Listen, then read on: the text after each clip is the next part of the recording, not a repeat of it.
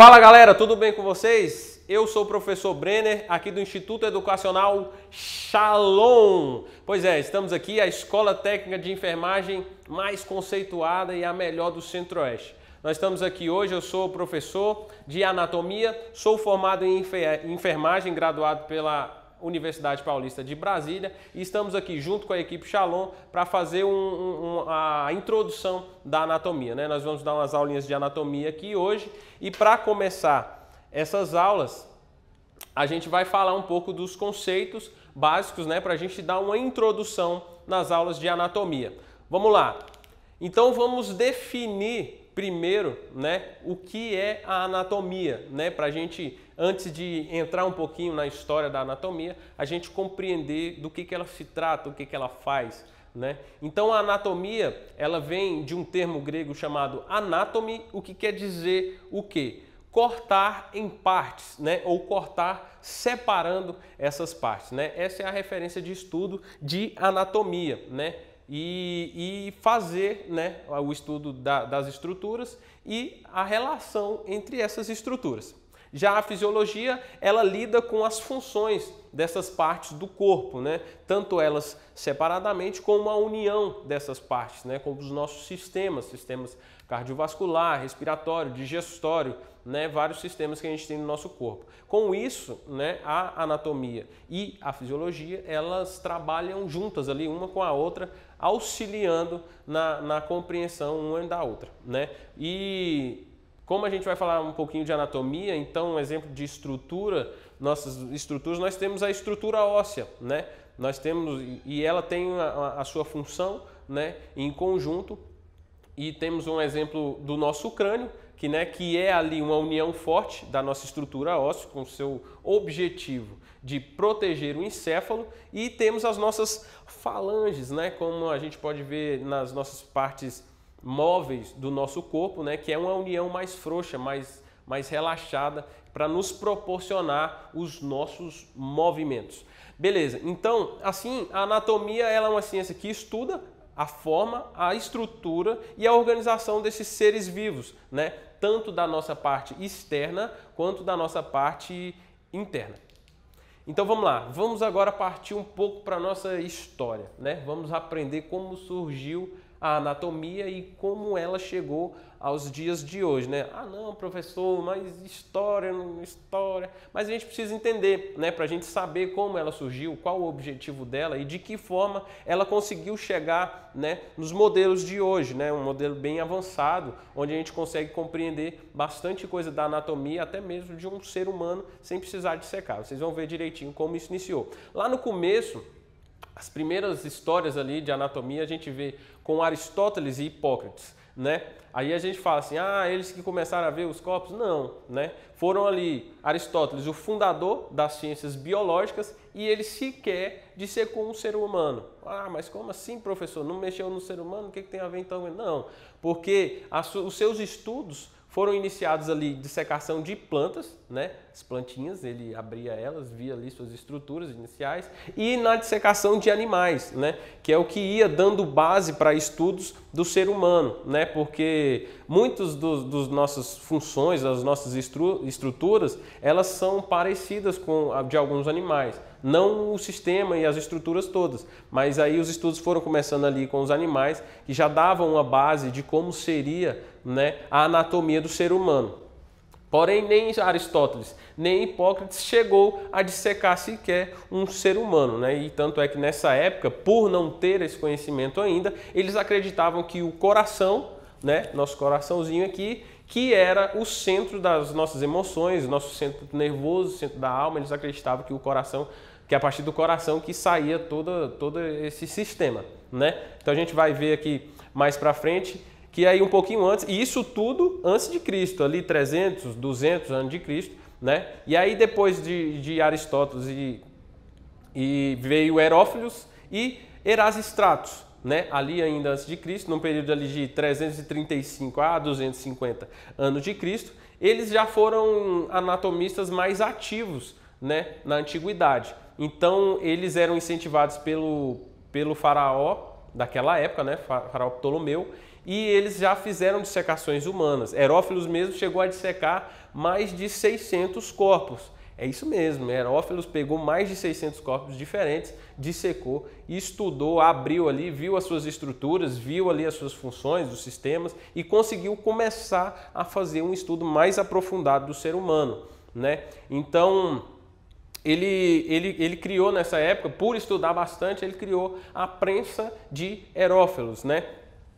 Que era um tratado na época que já passava, né, as questões de anatomia, já dava a entender ali como funcionava toda a estrutura e as funções do ser humano, né? Ele mostrou que na verdade não era o coração que era o nosso centro nervoso, o nosso centro de emoções ali, e que na verdade era o nosso cérebro, era o sistema nervoso, né, que era a sede de toda a nossa inteligência. Isso não fluía do nosso coração, né, apesar de parecer, né, que nosso coração ele se modifica de acordo com as nossas emoções, né? Mas isso não tem nada a ver, né? Ele só é um coitado que acaba sofrendo essas consequências emocionais do nosso corpo, né? E ele classificou também os nossos nervos como os voluntários e involuntários. Isso a gente vai, com o passar das aulas, a gente vai entendendo isso. Então vamos passar um pouquinho mais para frente aqui. Depois de Herófilos, Erasistratos, ou nome difícil, né? Então, ele observou que a linfa, que é um dos nossos fluidos corporais, ela continha lipídios, né? Ela continha gorduras, né? Ele descreveu a função da nossa epiglote, né? Que é uma estrutura que a gente tem aqui logo depois da faringe, ali já na laringe, né? Que é ela que com a sua válvula ali decide se vai ser ar que vai descer para os nossos pulmões ou se é comida que vai descer ali para o nosso estômago, para evitar que a gente respire comida e engula só ar, né? Entendeu? Então vamos lá, ele identificou a válvula tricúspide, né? Que é uma válvula que a gente tem no coração, uma válvula atrioventricular. A gente vai ver isso quando a gente estudar ali o sistema cardiovascular, né? E ele distinguiu nossos nervos sensoriais dos nossos nervos motores, né? Também. E ele acreditava que as nossas artérias continham ar, né? Tinha ar dentro das artérias. Mas mas não exatamente só o oxigênio, como a gente sabe que tem, mas acreditava que havia ar mesmo, como um sopro lá dentro, né? E a gente sabe que isso foi corrigido já bem para frente ali no século XVII por Harvey. Nós vamos chegar nele lá rapidinho, vocês vão ver. Então vamos lá. Mais para frente um pouquinho ali, ainda antes de Cristo, 150 anos de Cristo, uma época onde a Igreja Católica ela tinha muita influência tanto na sociedade quanto na política, né? Quanto nas questões administrativas naquela época. Então, por questões éticas da igreja e por achar que as dissecações humanas se tratava de uma profanação, então a Igreja Católica proibiu a dissecação de seres humanos ali naquela época, em 150 anos mais ou menos, antes de Cristo, né? Então, a evolução que estava vindo, caminhando devagarzinho ali da anatomia, ela teve uma pausa, né? Passou a ser estudado somente o que já tinha ali, né? Continuou aqueles estudos de animais, mas a dissecação humana, para ir compreendendo cada vez mais as nossas estruturas, as nossas funções, nossos sistemas, foram paralisadas, né? Continuou estudando só o que a gente tinha. E então, deu uma pausa aí. E isso só foi voltar já ali depois de Cristo. A gente pula ali para Cláudio Galeno, né? Grande nome da nossa anatomia, né? Que foi um médico do imperador romano Marco Aurélio. E Galeno, ele foi o fundador, né, da fisiologia experimental. Então, ele aplicou os resultados de seus estudos, né? Todos os estudos que já tinham antes, né? Ele se aprofundou mais e ele também realizou, né, as dissecações em animais, em seres humanos também, né? Já houve novamente a possibilidade de voltar a dissecar seres humanos. Então, dos seus estudos e das suas dissecações, tanto em animais quanto seres humanos, Cláudio Galeno foi realizando ali seus resultados de forma muito clara e quase todas elas de forma correta. Por que quase todas elas? Porque naquela época ainda não existia como uma forma da gente compreender e ter a certeza de que aquilo que estava sendo feito era realmente certo, né? Então, E as estruturas dos animais também não são totalmente iguais às dos seres humanos. Uma ou outra estrutura, algumas funções são iguais, mas nem todas são iguais. Então os estudos ali de Galeno, grande parte deles, para a gente ver, por exemplo, 131 antes de Cristo, você fazer estudos anatômicos, sem nenhum tipo de tecnologia, apenas ali estudos de dissecações. Aí o cara chegar lá e conseguir fazer estudos claros e a maioria deles de forma correta, então o cara realmente era o cara, entendeu? Fez seus estudos ali, a maioria deles corretamente, tanto é que foi ele quem descobriu e mostrou isso, que a urina não era produzida dentro da bexiga, né? A urina, na verdade, ela era produzida nos rins, ela é produzida nos rins, né? E acreditava-se que a nossa urina era produzida na bexiga, né? Foi ele também que provou que a secção da medula espinhal causava paralisia, né? Abaixo desse nível de secção, né? E ele foi um grande escritor da sua obra sobre o uso das partes do corpo humano, né? E essa obra dele sobre o uso das partes do corpo humano regeu a medicina aí por cerca de 14 séculos, né? São 1.400 anos se passando e os estudos de Galeno sendo usados na medicina, na área da saúde, para poder a gente evoluir, né? No auxílio da saúde referente ao ser humano, né? Depois de Cláudio Galeno, veio André Vesalius, ali 1.400 anos depois, já ali em 1514.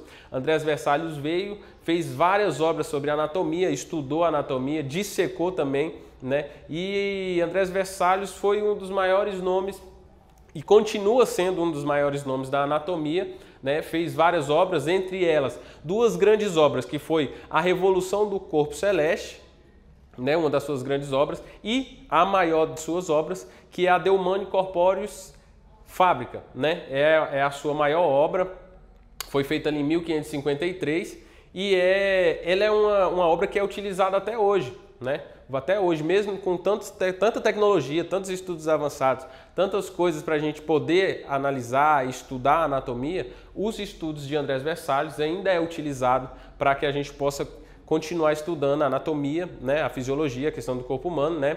Foi o trabalho mais significativo ali do século XVI, né? E o primeiro a conter descrições detalhadas e acuradas da estrutura interna do nosso corpo, né? Então André Vesalius trouxe essa evolução e trouxe uma clareza ainda maior, porque os seus estudos traziam uma precisão muito grande, né? Então isso foi utilizado com bastante tempo ali, o pessoal utilizava bastante a sua obra, justamente pela clareza dos seus estudos, né? Então ele dissecou seres humanos, né? Fez estudos, veio estudando toda a parte que já tinha sido feita pelos outros anatomistas, que veio vindo de acordo com a história, né? E uma particularidade de André Vesalius era porque a gente sabe que na anatomia, para a gente compreender bem, entender e conseguir visualizar, a gente precisa de imagens, e André Vesalius foi um grande desenhista nessa questão de anatomia. Então ele desenhou várias estruturas, vários órgãos, vários sistemas e trouxe uma compreensão maior de quem estudava e de quem via, né, esses estudos de André Vesalius. E tanto é que esses conhecimentos deles, eles perpetuam até hoje, né? Grande parte ou toda a parte de anatomistas e estudiosos de anatomia utilizam, né, os estudos de André Vesalius. Aí, como a gente falou lá na frente, né, que havia a questão de achar que passava ar nas nossas correntes sanguíneas, William Harvey aparece em 1578, né, e descreveu a nossa circulação. Então ele estudou já um pouco mais a fundo a questão da circulação sanguínea, nossos vasos, né, de como há essa questão da oxigenação do sangue e a nutrição do nosso corpo, das nossas células, e ele descreveu, né, identificou e descreveu tanto a nossa pequena circulação quanto a nossa grande circulação. Ué, professor, como é isso? Nós tem duas circulações, não é só uma não? Não, nós tem duas, porque primeiro a pequena circulação responsável ali para a oxigenação do sangue é feita, para depois a grande circulação, que vem ali do coração para todo o resto do nosso corpo, ser feita a nutrição das nossas células do nosso corpo. Tá ok? Então vamos lá um pouquinho mais para frente. Agora no século XVII, no século XVII há uma evolução grande, dá-se um grande passo nos estudos de anatomia e fisiologia, né? A anatomia continuando evoluindo, estudando, e junto a isso, no século XVII, né, inicia-se os estudos sobre as funções dos órgãos. Então isso inicia a fisiologia. A fisiologia começou a trabalhar em conjunto com a anatomia para ajudar, né, a compreender e a melhorar os estudos, tanto das estruturas quanto dos sistemas. Então a anatomia e a fisiologia, elas trabalham juntas para que os estudos anatômicos, fisiológicos, sejam mais completos e mais claros para quem os estudos, ou seja, nós, para que a gente possa compreender melhor os estudos de anatomia. Agora, atualmente, o que a gente pode ver? Atualmente a gente volta um pouquinho no tempo e a gente vê que era necessário que a dissecação em seres humanos fossem feitas apenas em cadáveres, mas a evolução e toda a parte tecnológica do nosso planeta foi crescendo de forma tão grande que hoje isso já é possível ser feito em seres humanos vivos, né? Então veja como há um grande passo, realmente um crescimento nos estudos de anatomia, que hoje você já pode fazer estudos tanto de estruturas quanto de órgãos e de funções ou de sistemas ainda em uma pessoa viva, né? A gente tem o caso da radiografia, onde a gente pode ver ali não só algumas questões de alguns órgãos, mas principalmente toda a nossa estrutura óssea, né, é bastante utilizada em casos de traumas, de fraturas, para a gente identificar algum problema, né, quanto nas questões para verificar alguns extravasamentos de líquidos no pulmão. A gente vê ali a pneumonia através de uma radiografia e fora os estudos anatômicos disso. Nós temos também a endoscopia, que ela pode fazer estudos no nosso sistema digestório, né, ali no indivíduo vivo.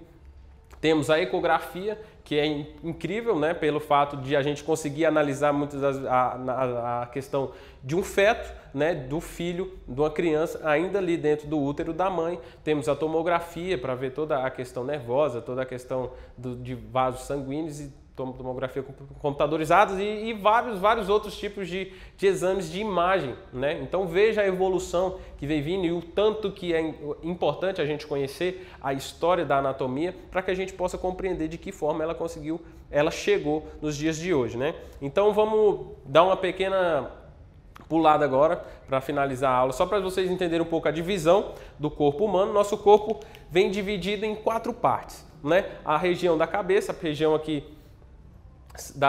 do nosso crânio, né? Crânio e da nossa face, essa é a primeira parte. Ali nós temos ali, fazendo a união do nosso tronco com a nossa cabeça, o nosso pescoço, essa é a segunda parte do nosso corpo humano, da nossa divisão. O nosso tronco, que é a terceira parte aqui, compreendida pelo tórax, pelo abdômen e pela região pélvica, né? E também os nossos membros, são aqui nossos bracinhos, nossas perninhas, que são divididos em membros inferiores, né? Que são os nossos braços aqui, que se compreende desde aqui dos ombros até nossas mãos, e os membros inferiores, que constituem ali desde as nádegas até os nossos dedos. Então vamos lá, agora partindo um pouquinho mais para frente aqui, veja que nessas imagens a gente pode ver aqui um pouco mais da nossa estrutura e das nossas divisões anatômicas do nosso corpo humano, para que vocês possam compreender ali as estruturas principais, né, ali naquela posição anatômica, para vocês ir compreendendo e entendendo cada região, porque isso é importante para a gente fazer e aprofundar mais os estudos. Cada região, ali fazendo a análise céfalo-caudal, né, olhando da cabeça até as pontas dos pés, ali nas regiões plantares, né. E só para finalizar aqui também, essa imagem para vocês entenderem quão complexo é o estudo anatômico e fisiológico do ser humano.